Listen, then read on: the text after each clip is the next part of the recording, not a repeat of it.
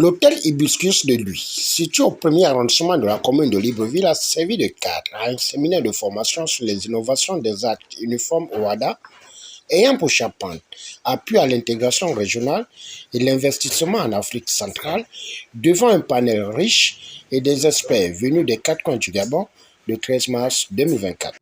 Aujourd'hui, il est dit que l'obligation en question doit être d'origine contractuelle. Donc il ne s'agit pas de n'importe quelle obligation. On est en matière de procédure simplification ou à la naissance de leur obligation et qui doivent être surpris d'être là. Parce que la créance est certaine et qui l'exige. Est née d'une manifestation de volonté. Donc, ici, le législateur de l'OADA. Après les explications et éclairages du président du panel, le professeur Mahatan Djanbaye, secrétaire permanent de l'OADA, et Constantin Ngwali Mouili, premier président de la Cour d'appel de Port-Gentil, ont fixé le cap, mission et le bien fondé du séminaire.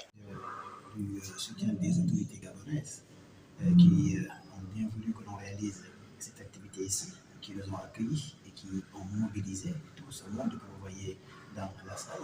C'est parce que les autorités gabonaises ont bien voulu les rendre disponibles et proches de nous pour travailler ensemble sur ces questions-là. Et donc, nous réjouir de ce qui a commencé déjà aujourd'hui. Les discussions sont vraiment en profondeur sur des difficultés pratiques qui avaient été vécues et qui sont censées aujourd'hui avoir été prises en charge par les nouveautés qui sont intervenues. Et ça nous permet d'apprécier de prime abord la satisfaction des praticiens qui ont participé et qui ont fortement participé à l'élaboration de ces normes. Et nous espérons bien évidemment qu'au-delà de cette satisfaction première, ils pourront poursuivre le processus de renforcement des capacités, mais d'un autre côté, c'est très important, nous aider à évaluer ce que nous avons apporté comme étant des solutions. Et s'il faut améliorer encore, on améliorera encore, et nous savons que nous sommes dans un monde particulier qui est vraiment fluctuant, le monde des affaires. Et les caractères fluctuants de ce monde emportent systématiquement l'évolution des besoins qui peuvent être satisfaits au fur et à mesure, et c'est ça qui justifie l'existence de notre chère organisation. Nous sommes en matière scientifique.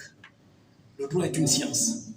Le droit est une science, et parce que le droit est une science, c'est donc une matière dynamique qui évolue avec le temps. Et le droit WADA, le domaine dans lequel nous travaillons ce matin, l'est davantage, l'est beaucoup plus.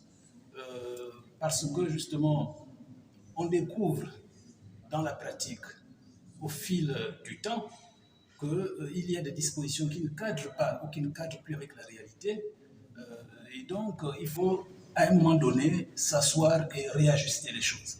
Et je crois par rapport à ça, il était donc tout indiqué de réunir les praticiens du droit que nous sommes, notamment les juges qui appliquent la loi, les avocats, les huissiers qui sont chargés de l'exécution.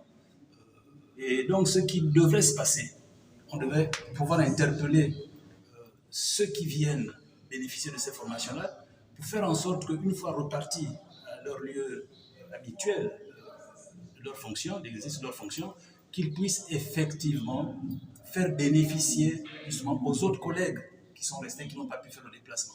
Moi, je crois qu'il nous revient à nous qui avons bénéficié, qui avons pris part à cette formation, une fois repartis vers nos lieux de fonction, de pouvoir restituer, n'est-ce pas, ce que nous allons recevoir ici.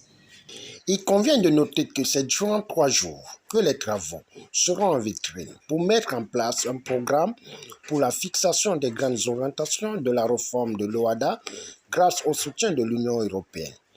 Au finish, la tombée de rideau est prévue pour le 15 mars 2024.